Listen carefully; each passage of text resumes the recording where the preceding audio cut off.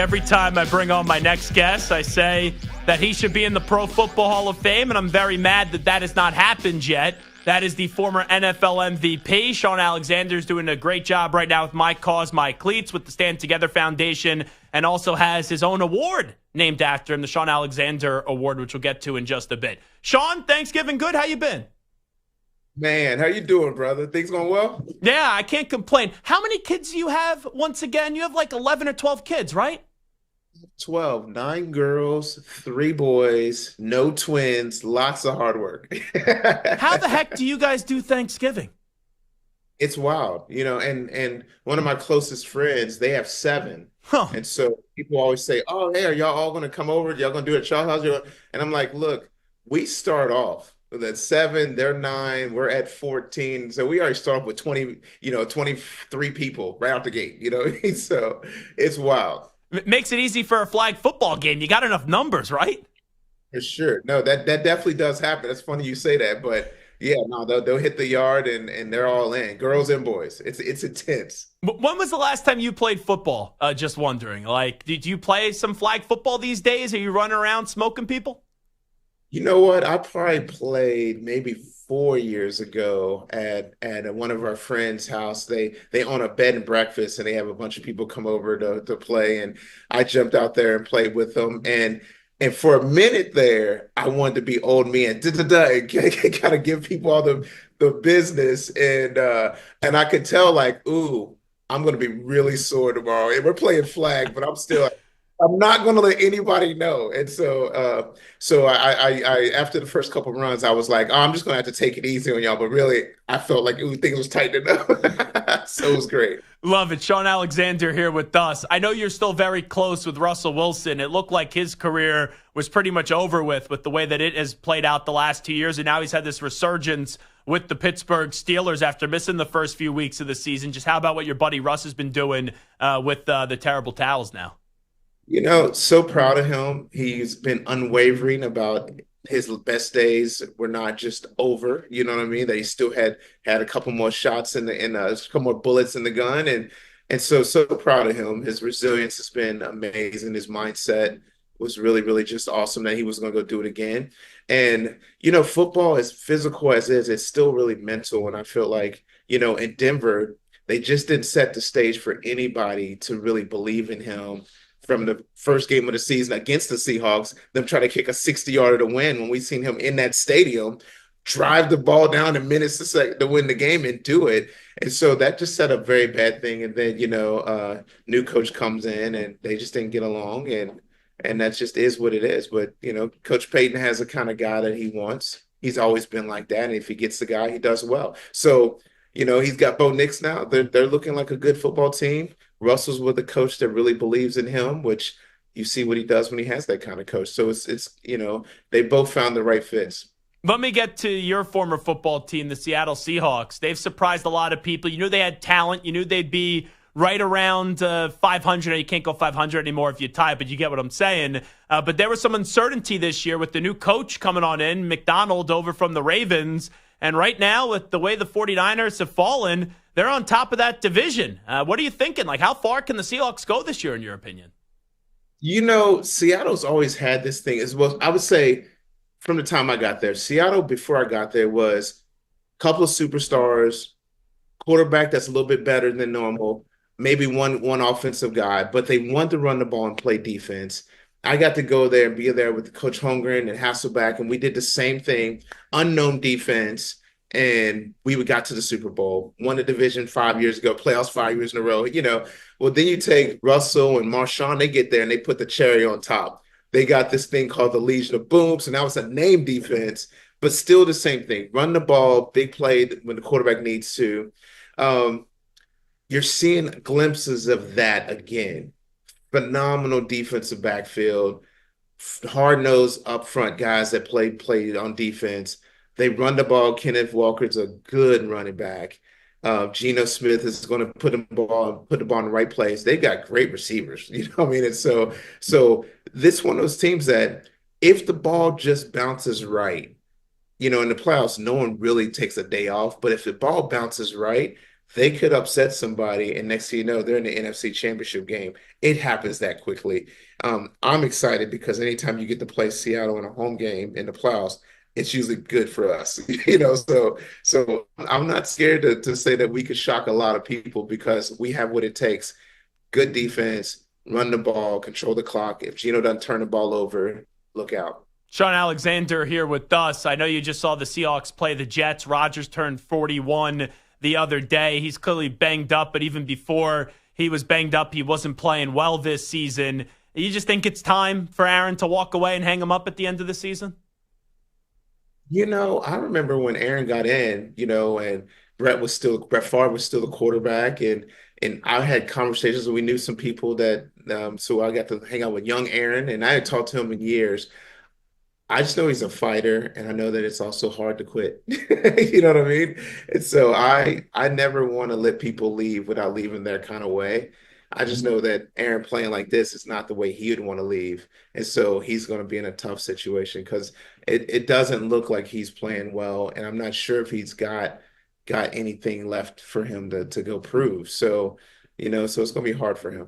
Talking to Shaun Alexander, the former NFL MVP. The running back position the last few years took a big hit. We've seen a resurgence this year, especially with Derrick Henry going to the Ravens, what Saquon Barkley is doing with the Philadelphia Eagles. Just your thoughts on what has happened this year with the running back position as now everyone's looking at it in a positive way once again. Well, that's how it's going to be. It was the running quarterback, then it was the forward pass, then it was give the ball to the tailback. You got the Marcus Ellis, Jim Browns, Eric Dickerson's. You're all the way up to you get to me and LaDainian, and then Adrian Peterson. Then it started kind of just dribbling down a little bit. I felt like it was because they were paying coaches so much money. They felt like if you turn on and hand the ball to the running back, they're not really earning their pay, but they are. You know what I mean? And so they got all these quarterbacks and throwing it. But what happened is the 6'1" guys like me, 6 foot, 6'1", 225, those guys were not being used because they were moving to play defense because you're getting these 5'9" guys that were scattered. So you had to put the guys like my size to go play outside linebacker to go tackle those guys.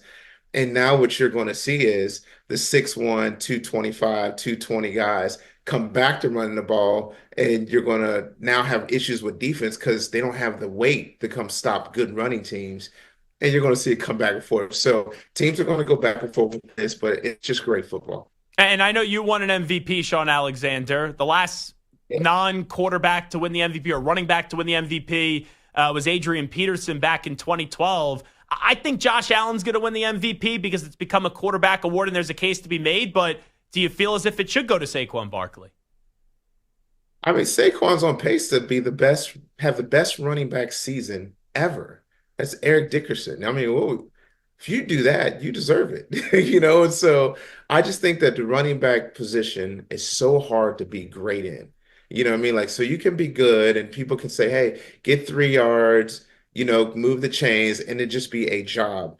But the great ones, they do stuff that it's just hard to get to, you know what I mean? And what happened is there was a chain in my generation from the Emmets and Marcuses from the 80s to the 90s to me and LaDainian and then the Adrian Petersons that we made it look really common. You got, Sean McCoy, you know what I mean? Like he was doing amazing things, but by the time it got to him, it looked normal, you know what I mean? And so there's going to be guys that just weren't going to get the credit of dominating football as a running back. And when you see it now, everyone's like, wow, look at that. And I'm like, no, that's what the great ones look like. And so I think that it's going to come back again. And I think that it's going to be hard for Saquon to get it, but I think that he would be deserving, especially if his numbers stay the same. Does it annoy you, though? Because it does feel as if Offensive Player of the Year goes to the best non-quarterback on the offense side of the ball. The MVP just goes to the quarterback, at least since it happened with AP back in 2012.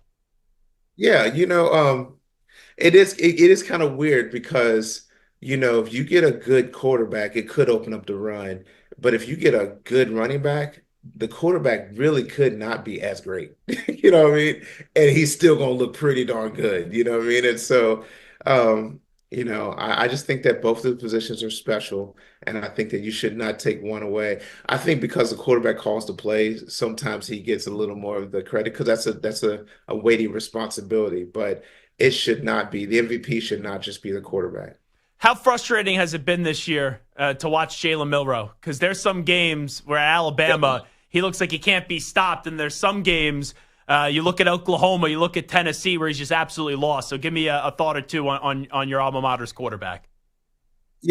I love Jalen Milroe. I love Coach DeBoer. I've been able to talk with him, since he's been in, and I just feel like the newness of new coaches it has a weight. Just people just don't want to give any of that growth for Alabama. And Coach DeBoer, I think the shock of how good you have to be every week in the SEC is something that every coach has to get used to, especially being in Alabama. And Coach DeBoer he has the best record out of every first time coach at Alabama in the history. And we still feel like this is yucky. I'm like, wait, they get into this tournament, we might shock everybody, because he's really good in big game situations. Like I think that's his best trait is that if you put a big game situation in front of him, he has the offense just churning and burning. And so I think that we're in a good place. I know he's a great recruiter. I know that there's no replacing Coach Nick Saban, but I think that we did really good with what we got. I think Milrose is just the results of new coach, new system, newness of a game, and trying to figure it out. But he's fabulous. I believe you run the ball with your running back, and then you run it with your quarterback. I think we kind of got caught into that, like, oh, just run the quarterback and it'll work. But I feel like they've got it figured out now. We're going to be okay. You know what it's like to have one of these out of the world types of seasons. What you see Ashton Jeanty doing at Boise State with over 2,200 rushing yards and 28 rushing touchdowns, still has a conference championship game to play coming up on Friday. Just what have you seen from Ashton Jeanty when you've been able to watch him? I think Ashton is special. I just I think he's amazing. I was amazed when I saw what he was doing, but then even when you see him like in these games, I'm gonna really enjoy the conference championship, but then even more when he gets into the tournament, because there'll be some plays that he will have to make to even be able to play in the tournament. But I think he's gonna make them. I think he's gonna solidify his name as one of the best college running backs ever, even more than we understand. Do you think he'll win the Heisman, or do you think it goes to Travis Hunter? That's why I think it's between those two. Yeah, it is between them two. I think Travis is still going to win, though. I I've just been amazed because Travis is not just playing like nickel and then wide receiver. He's not playing corner and then every now and then comes in as the third receiver for their set. He is like on the field the whole game, and he is just dominant. He cuts off half the field for Colorado on defense, and then you get in the red zone, and he's going to make the play to score touchdowns. You get a guy like that, that's special. And yeah, he's so I just think that his amount of time on the field, you just can't take that away from him. All right, I know you're doing a ton of great work right now. My Cause, My Cleats with the Stand Together Foundation, and also the award that you had, the Shaun Alexander Award. The floor is yours. Tell me everything we got cooking. Yeah, my cause, my cleats, stand together. By 850 of the greatest businessmen, women, and philanthropic leaders in the country, putting their times, talents, and treasures together to go help people and tackle some of the country's biggest issues. It's been fun this year, pulling some of the great athletes in the NFL, pulling some of the greatest donors and business leaders, and then pulling some of the people that are doing just great work in communities, pulling them all together to shine light and help impact communities. It's been just wonderful. And then the freshman play of the year, it's going great. We are about to announce the top five here pretty soon. We've got another great group of five athletes. I mean, our Fab 14 was amazing. But this top five is just fun watching these kids grow, and they're 18, 19 years old and 17, right? Yeah, and, Ryan Williams. it's great athletes playing at high levels, and I've been honored to just be able to kind of share life with them, be able to speak life into them, encourage them. Some of them I've become like a mentor to, and watch them through their careers. And I've been so proud of Drake May and Brock Bowers. They won 2 and 3 years ago. Still watching Will Anderson kill it. Kenneth Gainswell. Trevor Lawrence was our first Shaun Alexander Freshman Player of the Year. Of course, prayer for him with his injury. But just watching these six guys, Caleb Downs was the sixth winner. He's now at Ohio State. Just watching these boys mature and grow has been fun. And then even the relationships I have with some of the guys that were finalists that didn't win. It's an honor to watch these guys with great character, being ambassadors to their university, raw talent, and just getting better and better. You turn that light on, you turn the film on, and you're like, these boys are amazing on the field, but helping them become even better on the field and even better than that off the field. It's just been a lot of fun. And, we are clearly, we've seen great freshmen before in college football, but now more than ever, when Saban was at Alabama, it was, all right, you're a freshman. You'll probably end up really, though, playing your junior year because they had so many All-Americans in front in development. But now with the transfer portal and how easy it is to leave, these freshmen, they get their opportunities right away now. Yeah, Alabama was already moving in that way a couple years back because they knew that if they got the talent there, it was going to invite more talent. The thing I hate is I am seeing a little bit of kids leaving and not really having a landing spot. So I've been trying to encourage a lot of players and their families, don't leave one till you got one, because that's the worst thing is you see a kid that's developing that's going to be pretty good his junior, senior year.